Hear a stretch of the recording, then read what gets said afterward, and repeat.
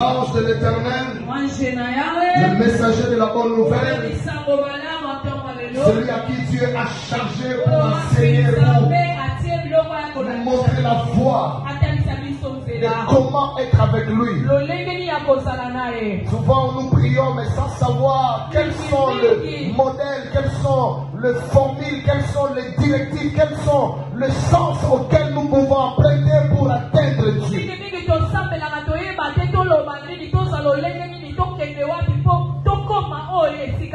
Et voilà ce matin par l'homme de l'Éternel qui va passer en ces lieux, que je vous prie d'apprêter vos cœurs pour écouter la parole et le recevoir. Il s'appelle le pasteur Rémi, parce qu'il s'approche de la table du Seigneur.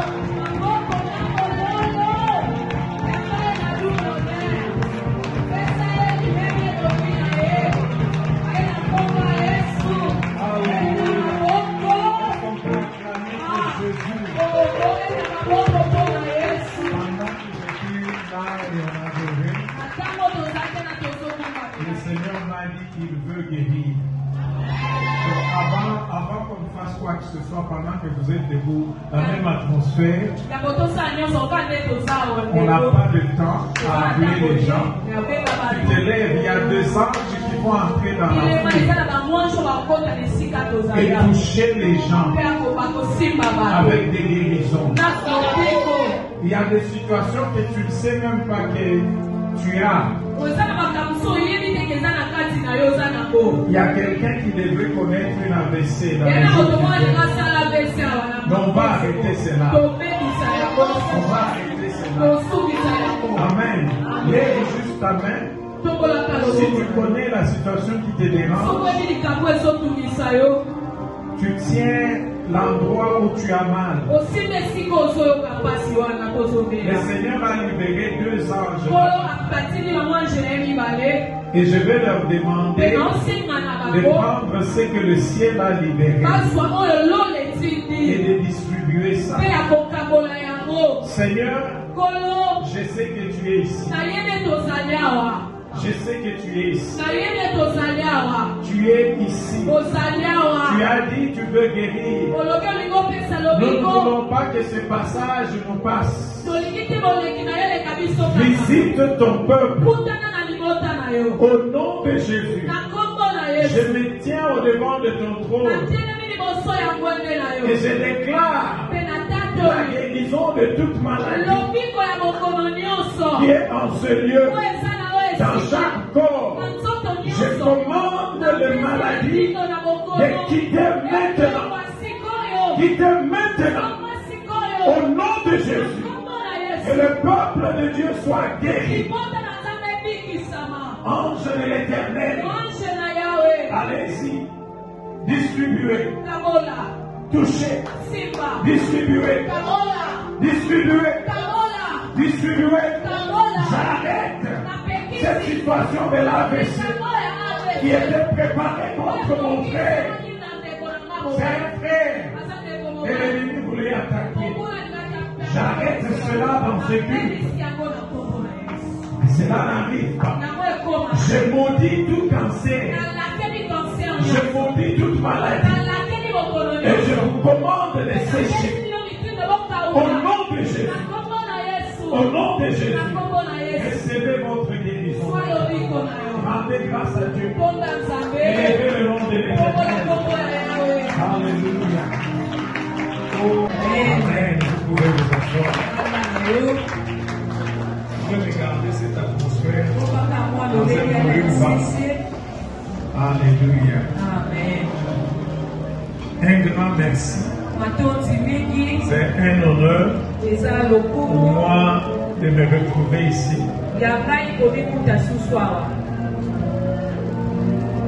L'aigle Gédéon était supposé être en Afrique du Sud avant que je ne vienne ici. Mais je sais que Dieu va arranger toutes choses en son temps. Amen. Je vous remercie d'un grand cœur pour m'avoir reçu. Pour ceux qui sont venus mercredi, malgré vos occupations, que mon Dieu vous visite et que votre vie de prière prenne de nouvelles dimensions. Vous ne m'avez jamais entendu, mais vous m'avez accepté. Que Dieu vous bénisse. Et pour toute l'église, que mon Seigneur se souvienne de vous. J'ai pris que l'impact de ces 2 jours soit gravé positivement dans vos vies jusqu'à ce que Christ revienne. Amen. Nous allons aller très vite vu que notre temps est limité en ce jour. Nous parlons de 3 domaines de la prière. Et le mercredi, nous avons commencé. Je rends grâce à Dieu. 11. Au verset 1. La Bible dit, Jésus dit, Seigneur, enseigne-nous à prier comme Jean l'a enseigné à ses disciples. Amen. Nous pouvons nous asseoir. Ils n'ont pas demandé, enseigne-nous à prêcher. Enseigne-nous à faire des miracles. Ils ont demandé, enseigne-nous à prier. Et le Seigneur n'a pas corrigé les disciples, car sa demande était légitime et correcte. L'erreur que nous faisons, c'est que nous venons de la rue, nous connaissons le Seigneur, nous entrons dans la famille de Dieu. Leur pensée de connexion spirituelle, c'est les incantations qu'ils faisaient auprès des autels. Alors, quand ils viennent dans le Seigneur, ils ne savent pas prier. La prière demande l'enseignement. Enseigne-nous à prier. La prière est importante car c'est la seule technologie qui permet à ce que le ciel visite la terre. Il n'y a pas une autre technologie. Il n'y a pas une autre technologie. Vous ne pouvez pas utiliser le WhatsApp sans l'Internet. Et vous ne pouvez pas causer le ciel d'agir dans votre vie sans la prière. Donc le pardon ne profite pas à la personne qui t'a fait mal. Demande pardon. Le manque de pardon t'affecte toi. On doit devenir des chrétiens qui pardonnent immédiatement. Dès qu'on te fait du mal, la première réaction doit être de pardon. Et non pas de ruminer ce qu'on t'a fait. Chaque fois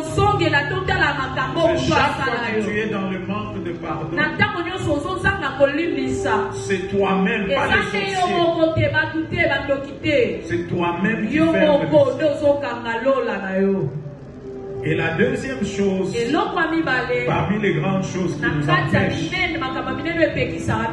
il y a le manque de foi. Sans la foi, la Bible est sans la foi. La monnaie qui tire les choses du ciel, c'est la foi. Sans la foi, ce n'est pas moi qui l'ai dit. Il est impossible de plaire à Dieu. Mais il y a aussi un aspect qui nous pose des problèmes. dans la vie des prières, c'est l'ignorance des domaines de prière. Pas chaque prière se prie de la même façon. Dieu est un roi. Et même les présidents de ce monde marchent avec un protocole. Aujourd'hui, tu ne peux pas te présenter chez le président. Il y a un protocole. Les cieux ne sont pas une poubelle. Il y a un protocole d'approche. Esther avait même dit qu'elle pouvait mourir. Dieu est un roi. Plus que le président de cette nation. Le président de cette nation fléchit devant Dieu. Et vous pensez qu'il n'y a pas de protocole pour approcher Dieu. Et c'est là qu'interviennent les trois domaines de la prière. Nous avons appris que le premier domaine, c'est quand nous l'approchons comme Père. Notre Père qui est aux cieux. C'est un domaine d'intimité personnelle. Dans ce domaine, tu l'approches comme Père. La définition du mot Père, c'est source. Source. Un père est une source. Donc, où il veut te rencontrer toi-même dans tes besoins personnels. C'est pourquoi quand tu l'approches comme Père,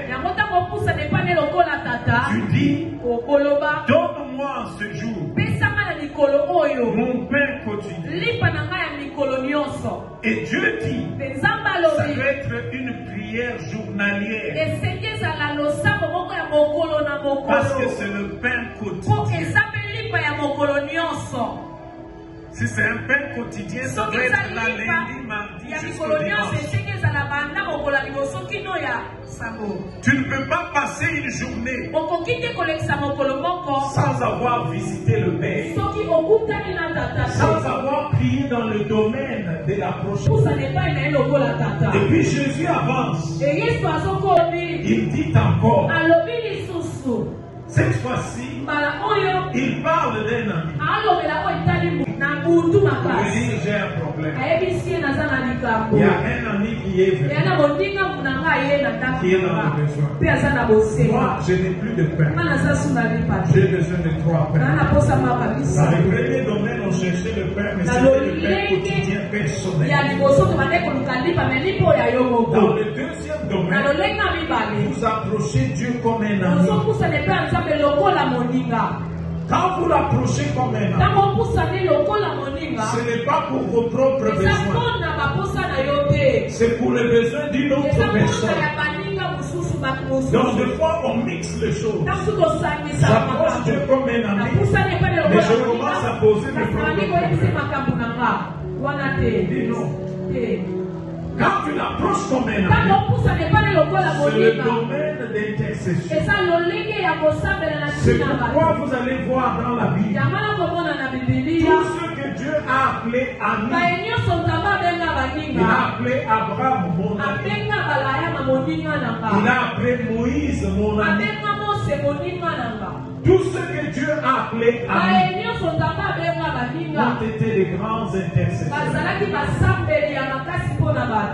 Ça, c'est le domaine de l'intercession. Un bon intercesseur approche Dieu comme un ami. C'est comment négocier avec Dieu. On négocie avec Dieu comme un ami. C'est comme ça que vous avez du succès dans l'intercession. Puisque une intercession sans révélation, c'est une intercession sans succès. Quand vous l'approchez, Jésus qui nous définit ça. Il dit, je vous appelle plus serviteur. Je vous appelle ami. Parce que j'ai pris de tout ce que mon Père m'a donné. Et je vous l'ai donné. Donc je vous ai donné des secrets. Un ami qui te cache des choses n'est pas un ami. On utilise ce mot légèrement. Amen. C'est le domaine de l'intercession. Pour bien négocier avec Dieu, tu l'approches avec toi comme père. Tu l'approches comme ami. Aujourd'hui, nous allons entamer le troisième domaine. Je vais respecter le temps. On va y aller vite. Dis à ton voisin, tu dois l'approcher comme juge. Tu dois l'approcher comme juge. Numéro 1, je l'approche comme père. Numéro 2, je l'approche comme ami. Numéro 3, je l'approche comme juge. Dis à ton voisin, c'est le domaine des lois. C'est le domaine des lois. C'est là où les choses deviennent des problèmes de législation. Voyez, il y a des problèmes qui ne trouvent pas de solution dans le premier domaine. Il y a des problèmes qui ne trouvent pas de solution dans le deuxième domaine. Qui ne trouvent solution que dans le troisième domaine. Quand il y a un problème, et il y a des lois, des lois de famille, des lois des nations qui s'opposent à ta réponse. Sinon tu n'auras pas de réponse. Luc chapitre 18. Du premier verset au 8e, je vais aller très vite. Jésus leur dit une parabole. Et la raison de cette parabole, pour montrer qu'il faut toujours prier et ne pas se lasser. Est-ce que tu peux dire à ton voisin, il faut toujours prier. Il faut toujours prier. Et ça, beaucoup de gens se fatiguent. Quand les gens font face à des lois, j'ai un juge. Il y avait dans une ville un juge qui ne craignait pas Dieu. Il n'avait pas d'égard pour personne. C'était un juge très dur. Mais notre Dieu n'est pas comme ce juge. La Bible l'appelle le juste juge. Il y avait aussi dans cette ville une veuve. Qu'ils étaient dans une même ville. Donc il faut être dans cet environnement. Une veuve qui venait lui dire, fais-moi justice de mon adversaire. Pendant longtemps, il ne voulut pas. Mais ensuite, il dit en lui-même, bien que je ne craigne pas Dieu et que je n'ai d'égard pour personne, néanmoins, parce que cette veuve me cause des actes, je lui ferai justice. De peur que jusqu'à la fin, elle ne vienne me casser la tête. Le Seigneur ajouta, entendez ce que dit les juges. Et Dieu ne ferait-il point justice à ses ennemis qui crient à lui nuit et jour? Ne tarderait-il pas à leur égard. Je vous l'ai dit, il leur fera promptement justice. Mais quand le Fils de l'homme viendra, y aura-t-il la justice ou la foi sur la terre? Il y a des situations dans nos vies qui sont bloquées à cause des législations. Il y a des chrétiens qui font face à des lois des familles. Tu vis dans une famille où à cause de ce que quelqu'un a fait dans le passé, il y a une loi qui dit les hommes de cette famille ne vivront jamais la prospérité financière. Quand tu as à faire face à ça,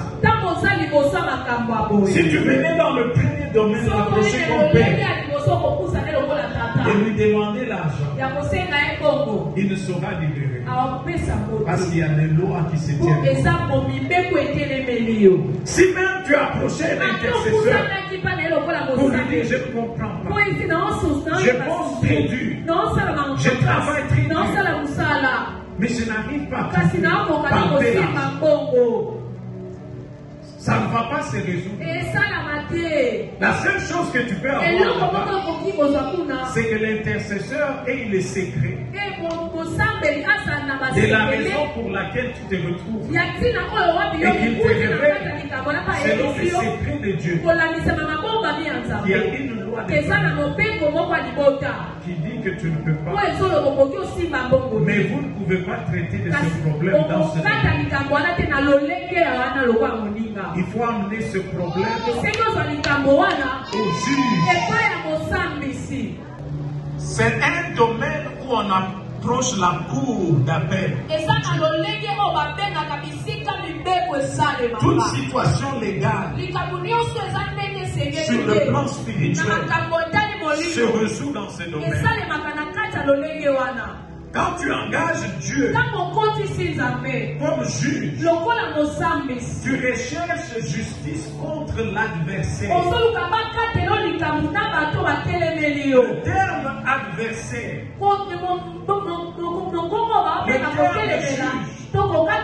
ce sont des termes légaux. C'est le domaine de la loi.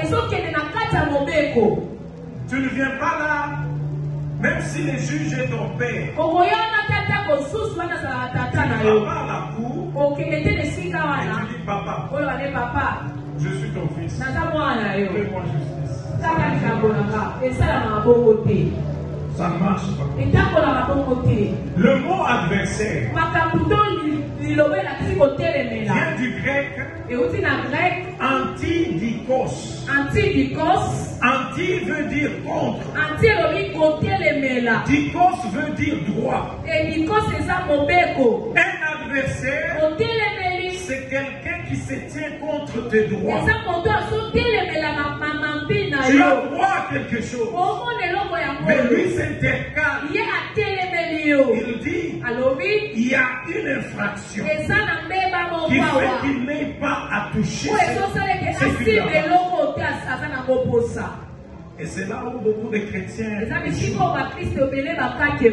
c'est une personne, une entité qui s'oppose à tes droits comme citoyen du ciel. Y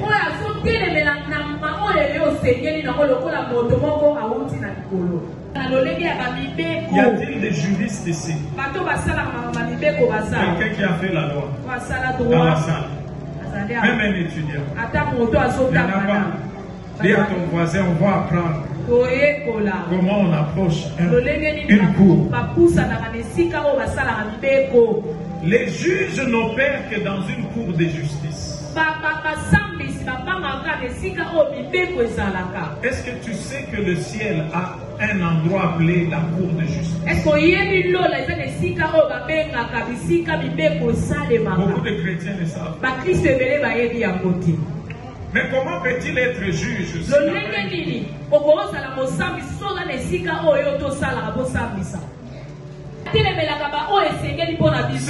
C'est où qu'il exerce son métier d'adversaire. La Bible l'appelle accusateur. Dans Apocalypse au chapitre 12. Mais où est-ce qu'il exerce son ministère d'accusateur? C'est là où beaucoup de chrétiens ont la confusion. Certains pensent que le diable n'apparaît plus dans la présence de Dieu. Il apparaît nuit et jour. Mais il n'apparaît pas dans la présence du trône de grâce. Le ciel n'a pas un seul endroit. Le ciel a plusieurs endroits. Et il y a un endroit où le jugement s'arrête. Ça s'appelle la cour de justice du ciel. Daniel avait vu ça. Quand vous lisez dans Daniel 7, il a eu l'image de la cour en session. Dieu s'est assis comme juge, appelé l'ancien des jours. Quand tu l'adores comme ancien des jours, tu déclares qu'il est juge. Et il est ancien des jours parce qu'il a vu tout ce qui se passe sur la terre. Il s'est donné justice avec excellence.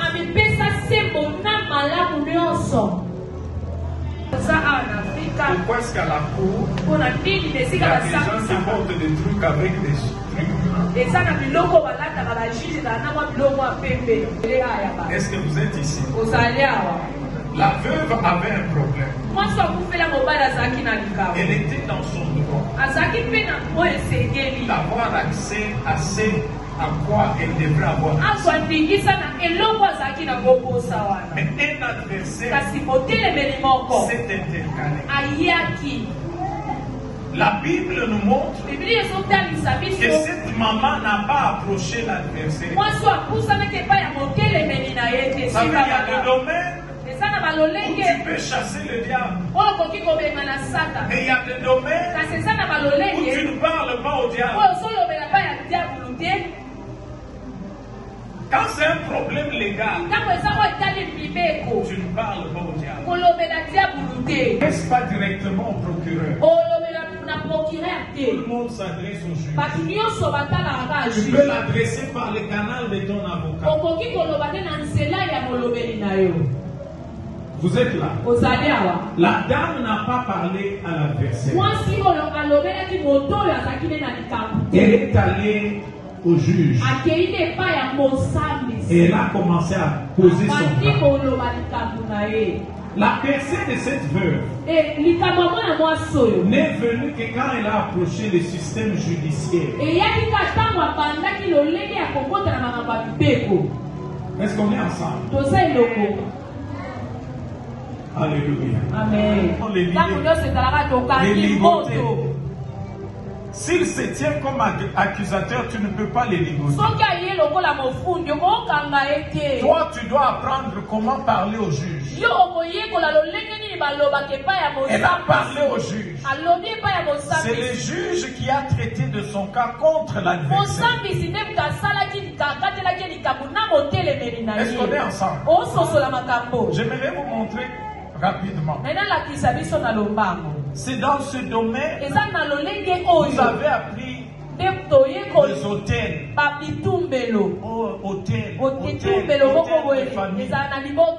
Ce sont des entités légales. Et ça ne se brise pas en approchant Dieu comme Père. Ça ne se brise pas en sens des hôtels. Tu l'approches comme juge. Tu dis, Seigneur, à la croix de Golgotha, Christ a obtenu mon salut. Mais il y a un adversaire à cause des hôtels qui se tient contre moi. Alléluia. Amen. Dans 1 Pierre, il dit ceci.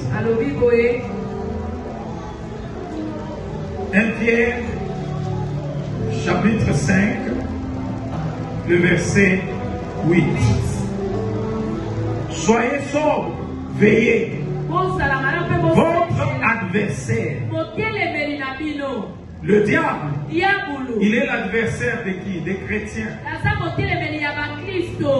Donc, malgré tout ce que Christ a fait à la croix, il y a des chrétiens qui se disent non, j'ai tout eu à la croix. La Bible dit je suis une nouvelle créature. Donc je ne crois pas aux histoires là des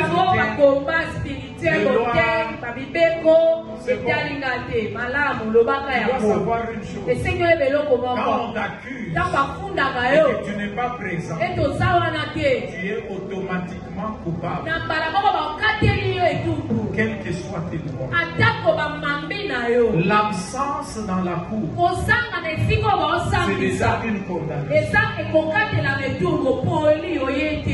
Le problème, c'est que beaucoup de chrétiens ne se présentent pas à la cour. Comment tu auras ta victoire? Ce qui va te fondre d'ailleurs, pour le jugement, l'opportunité, quels que soient les mensonges que l'accusateur présente, ton absence est déjà une condamnation. C'est pourquoi, en tant que chrétien, tu dois savoir que tu dois te présenter dans une situation célèbre qui est légale dans ta vie. Tu dois te présenter devant le juge. Si tu ne te présentes pas, il n'y aura pas de justice. Tu m'entends? Si on t'accuse et tu es absent, automatiquement, on t'accuse, tu fuis le pays. Vous savez de quoi je parle? On t'accuse, toi tu fuis le pays. Tu seras coupable par raison de ton absence. Est-ce qu'on est ensemble? Ce sont les lois de la cour. Alors il dit, votre adversaire, le diable, rôde comme un lion, cherchez qui dévorer. Est-ce que je vais vous révéler une petite vérité? Le diable ne dévore que ceux qui ne connaissent pas leurs droits et qui ne savent pas approcher Dieu comme juge. Si tu ne connais pas tes droits et tu ne t'approches pas comme juge,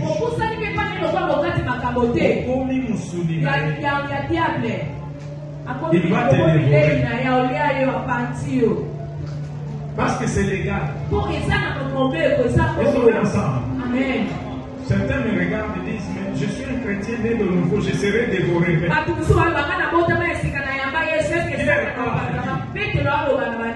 Il parle à des chrétiens nés de nouveau. Mais il dit, le diable rôde, cherchant qui dévorer. Vous savez que quand l'accusateur va, même si ce qu'il vous accuse c'est un mensonge, il utilise la loi et le système légal. Il y a des procureurs qui savent que tu es innocent. Mais il a un projet de t'incriminer. Il va tenter sa chance par les procédures de la loi. Et il peut réussir. Il y a beaucoup d'innocents qui sont en prison parce qu'ils n'ont pas su se défendre. Amen. Amen. La troisième personne que vous voyez, c'est l'avocat de la défense.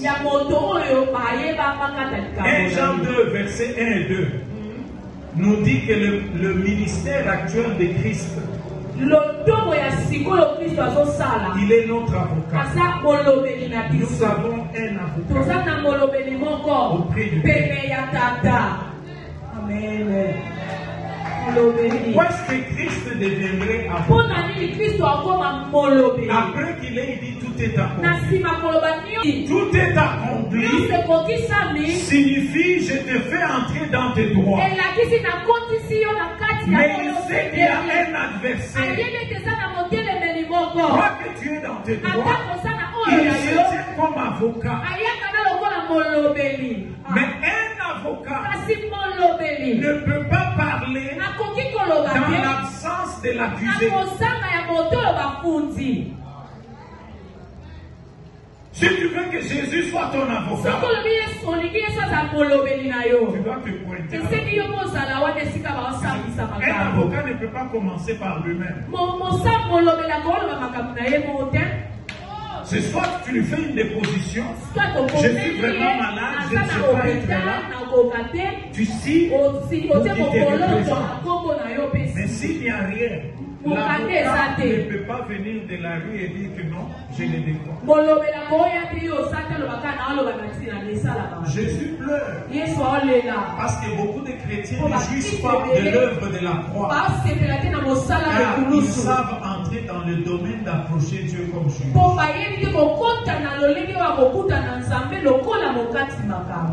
Amen.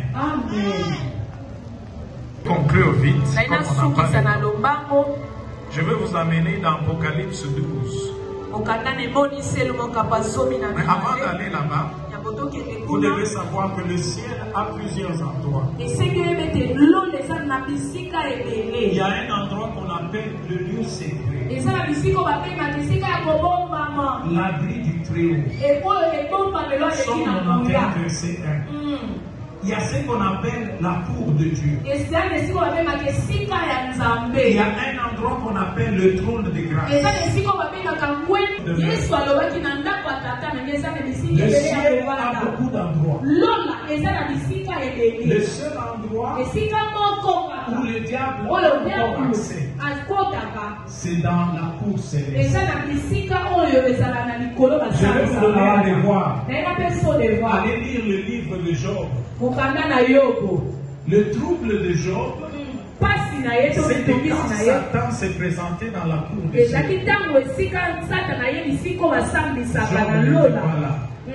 c'est ça son problème. L'accusateur est venu, il a présenté son dossier, il a obtenu une mission de la part du juge. Puisque Job n'était pas le juge a dit tu peux l'attaquer, mais seulement garde le vivant. Et beaucoup de chrétiens connaissent la misère de Job. Mais ça ne se résout pas par la pitié. La terre se réjouiront. 12. Alors j'entendis dans le ciel une voix forte qui disait maintenant est arrivé le salut, ainsi que la puissance et le règne de notre Dieu. Salut, puissance et règne, et l'autorité de son Christ. Car il a été précipité l'accusateur de nos frères, celui qui les accusait devant Dieu jour et nuit. Le diable travaille 24 heures sur 24 dans cette cour. Mais la bonne nouvelle, au verset 11, ils l'ont vaincu. Comment? À cause du sang de l'agneau et à cause de la parole de leur témoignage. Nous avons vécu à cause de témoigne où? Dans la cour. C'est là qu'on témoigne. C'est là qu'on témoigne. Je ne néglige pas l'œuvre de la croix. C'est l'œuvre qui nous a donné les droits. Mais je comprends en lisant la Bible qu'il y a un adversaire. Il ne suppose que là où j'ai le droit. Si je n'ai pas de droit, il ne sera même pas là. Cette maison ne m'appartient pas. Si vous me chassez, je ne peux pas aller à la cour. Je n'ai aucun droit de réclamer cette maison. Est-ce qu'on est ensemble? Mais quand c'est ma maison et que vous me chassez, je vais aller à la cour pour réclamer le droit qui est mien. À la croix, il nous a donné le droit. Il a versé son sang. Il a payé le prix. Mais il y a un adversaire qui veut dévorer les ignorants. Mais quand tu as la connaissance et que tu peux entrer dans le domaine d'approcher Dieu comme juge, tu te présentes à la cour. Et il y a un témoin. C'est toi-même. Le deuxième témoin que nous avons, c'est le sang de Jésus-Christ qui parle. Plus que le sang d'Abel, il n'y a pas un témoin beaucoup plus fort que le sang. Et il ne peut pas parler en ton absence. Notre victoire a deux volets. Le sang de Jésus. Le sang fera toujours sa part. La part qui manque, c'est le témoignage. Le témoignage qu'on parle ici, ce n'est pas aller évangéliser.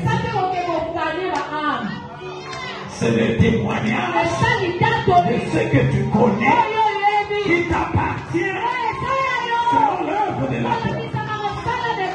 Quand tu commences à parler, le sang s'y parle. Et le juge dit, la voix de Satan contre la voix du sang est ton témoignage. Le juge te donne justice. Amen. Gloire à l'agneau de Dieu. Je veux conclure là. Si quelqu'un m'avait approché, il dit, mais ce ne sont pas des enseignements vrais. Mais dis-moi pourquoi il est avocat. S'il n'y a pas d'opposition, pourquoi il n'est pas juste assis? Il fait maintenant le ministère d'un avocat. Si tout est fait, pourquoi l'accusateur nous accuse nous? C'est parce que le diable sait ça va réussir. Beaucoup de chrétiens ne connaissent pas les domaines juridiques de Dieu. Dans les domaines juridiques, un enfant de la maison peut être en train de marcher. Alors que les serviteurs roulent. Il y a un problème de loi. La plupart d'entre nous ici, des lois de famille entières. Tu approches le père, il ne peut pas résoudre ça. Tu approches la fille, il ne peut pas résoudre ça. Tu l'approches comme juge. Dieu vous bénisse.